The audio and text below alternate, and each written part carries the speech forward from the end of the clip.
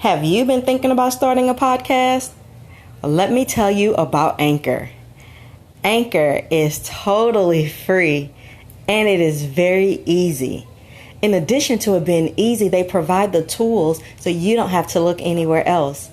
They also distribute your podcast to several other platforms so you don't have to do any of that work. Additionally, you can make some money while doing your podcast through Anchor. Go ahead and download the Anchor app or go to anchor.fm and start your podcast today. You will enjoy.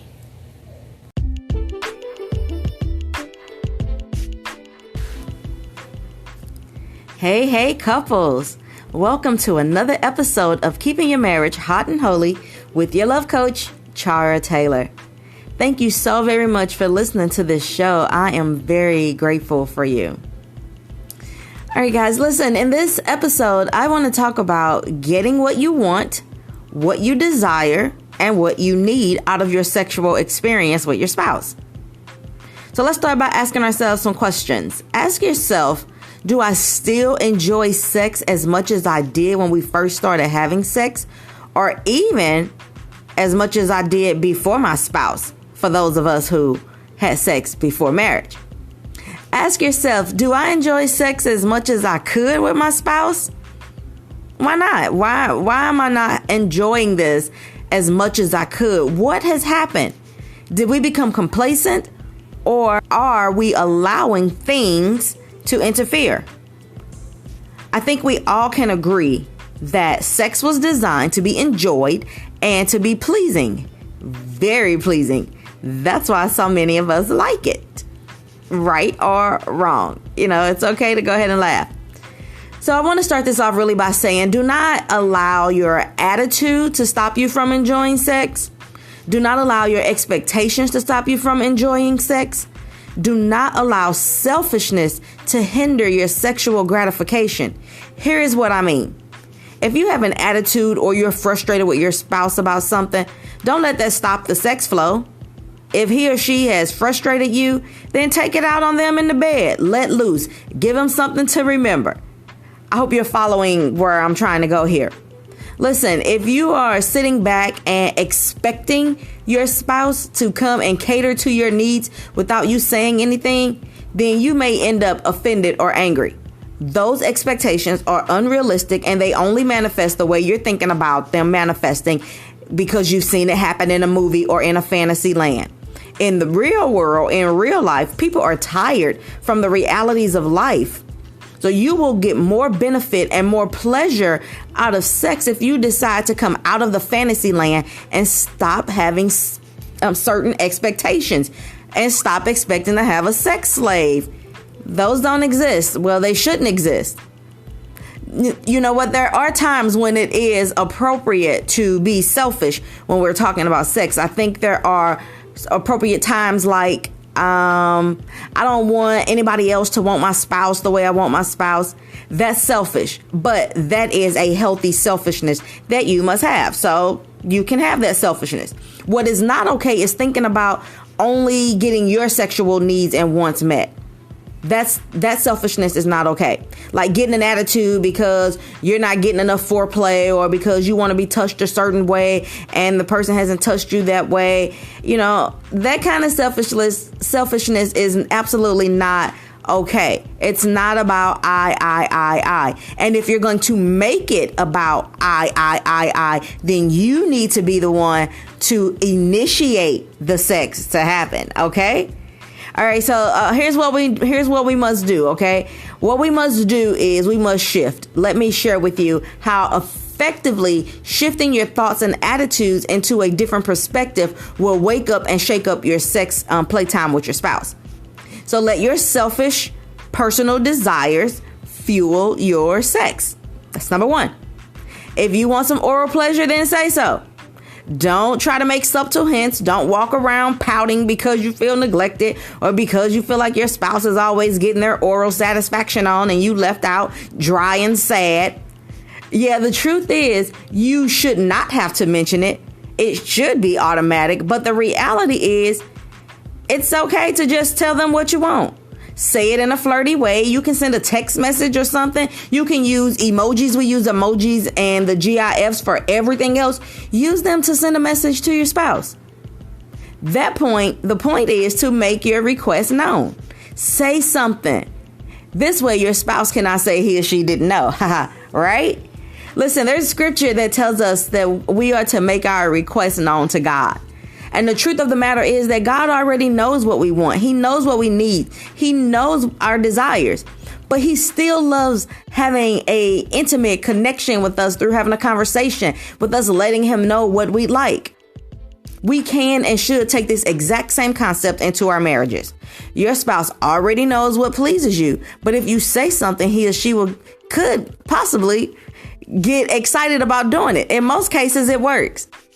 And the truth is that as you age, your body goes through tons of changes, and then this affects us sexually as well. So telling your spouse what you want is important because he or she doesn't know that your body has changed, and what used to work may not be working now. So talk it up. Say something. Make your request known to your spouse. You don't even need to say that your body has changed. Just say stuff like, touch me here, kiss me there, or wherever your need is. And as they move to the appropriate place and give you what you need, your response back to them will speak volumes to him or her. He or she is also getting excited that you're giving such intense response. And then this causes him or her to repeat the action. I heard a quote at a church once, and the pastor said that what gets celebrated gets repeated. So your spouse will repeat what he or she is doing based on your celebration or your reaction to his or her touch. Therefore, tell them what you need. Tell them where to go. Tell them how to do it. And then your response will let them know, okay, this is good. And then they can repeat it. This may seem elementary, but we're having problems in our marriages because we're not doing it. Okay? Now, making your request known can spark conversation between you two. It can turn you both on and cause great anticipation for your next sexcapade. There are numerous benefits and advantages to telling your spouse what you want and how you want it, when you want it, where you want it. This also closes the door to the enemy's devices and removes chaos and confusion. So making your request known can be a tool to unify you and strengthen your marriage. Now, earlier I said do not allow your attitude or anger to stop you from getting what you want, need, and desire from your spouse. If your spouse has made you frustrated or angry, I believe the best way to release that frustration or anger is in a very heated session of hot sex. Take it out on them. Sex him or her like crazy until they are unable to move. But all within the practice in the realm of safe sex, of course. I'm not talking about hurting each other or hitting each other. I'm referring to just using their bodies to let off some steam. Okay? Listen, you can use this same concept if you've had a bad day at work. Release it with your spouse. Your children are working your last nerves. Release it with your spouse. You got some bad news somewhere. We all hate that. But you can release the tension with your spouse.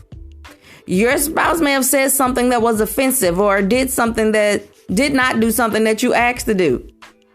Release it. Release it with your spouse. There was a singing group called En Vogue, and they sang a song that said, I'm giving him something he can feel to let him know this love is real. So I'm telling you, I'm backing up what they say, guys. Give him or her something they can feel. Take that frustration out on them, okay? Listen, are you frustrated that the TV or video game consoles or cell phones, social media, and all other sorts of technology, or maybe even work, has taken all the time away from you? If you are able and children are not around, what you can do is you can strip down to absolutely nothing, get right in front of his or her face, do a simple dance or something sexy, and I can guarantee you 9 times out of 10, they will stop and attend to you. Now, another answer and remedy for this issue is to actually set some limits on your technology usage and have a dedicated time to shut off media when you guys are home together. Just real talk. That's something that we should practice. Now, listen, here's something that's funny. The children of Israel in the Bible, they modeled the concept of using sex to let off frustration for us. Listen, the harder they were forced to work and build and be in slavery, the more children they had. They let that frustration off through sex. Okay, so much. And they was like, we're going to have to start killing them because the more we work them, the more babies they have. So my concept is the more you get frustrated, the more sex you should have. I'm just saying it worked for them. We should try the same thing. OK, we absolutely need to stop allowing situations and circumstances to stop us from getting what we want and need when it comes to sex. This is only working when we're talking about things that we have control over. If there's a medical condition that you have no control over, then that's a whole nother topic and a whole nother conversation. OK. The truth is you like sex. Admit it. Most people do. As many people rush into marriage. Well, now that you're married, don't let the attitudes and situations and angers or anything that you can control to stop you from getting it. Are you mad at him? Okay. Are you frustrated with her? Okay. Then just don't look at him. Flip it over. Let it happen from behind if necessary, but don't miss out on yours. It's the enemy's plan to stop you from connecting sexually. Flip the script on the enemy. Connect and let your sexcapade with your spouse be the release that you need. Now, in all seriousness, talk. Tell your spouse what you want. Then get what you need. After all, 1 Corinthians 7:5 tells us, do not deprive each other of sexual relations. They're talking to married couples. Do not deprive each other of sexual relations unless you both agree to refrain from sexual intimacy for a limited time so you can give yourselves more completely to fasting and prayer. Afterwards, you should come together again so that the Satan won't be able to tempt you because of your lack of self-control. Now, the longer you stay disconnected sexually, the more frustrated you become. You will lack self-control, and that doesn't necessarily mean that you're going to go out and cheat, but you will lose your temper, say things you don't mean, have an unattractive attitude, walk around with a pouty face, or even be unpleasant, and people don't want to be around you. This is not the plan that God has designed for his married couples. So don't let trivial things stop you from connecting and enjoying sex. Tell your spouse what it is you like. Tell your spouse what it is you want. Then watch him or her do their very best to satisfy your request. As a testament of how this works, let me end this by telling you guys, I remember when me and my husband had to go through our period of learning this. I remember telling my husband, not like that today. I want you to blah, blah, blah. And he lovingly obliged, and the outcome was phenomenal for both. Then he returned the favor by telling me what he wanted me to do. And each time was amazing, and it was effective. OK, it was life changing and sex changing for both of us. Now we frequently speak up because it's with words. OK, we speak up. We tell each other. We text each other. We find other forms of communication, and we haven't looked back once we learned to be free and uninhibited. So it's time for you to become free and uninhibited in this. We can honestly attest to the closeness that we have and how the enemy no longer uses us against each other sexually. So it is my hope and my prayer that you will begin to speak up about what you want from your spouse sexually, and even more, that you will not let things keep you disconnected sexually. Let 1 Corinthians 7:5 be your fuel for connecting. According to Paul, it must be, we must do it and connect frequently. And apparently this is important because it's mentioned. OK, so I will end with this, with some song lyrics that I heard long ago that said, you got to get yours. Get yours. I want you guys to get yours. Have fun getting it. OK, don't let nothing stop you from getting yours. Absolutely nothing. All right, guys, that's my time. Thank you so much for joining me on this episode of Keeping Your Marriage Hot and Holy. I pray this has been a blessing and inspiration to you and your marriage. Please share this podcast with all your friends, all your married friends, and your single friends. Now, you can also join me every fourth Tuesday of the month on my Awaken Love show on bgknetwork.org at 2 and 8 p.m. You can follow me on social media. I'm on Facebook, Instagram, Twitter, and YouTube.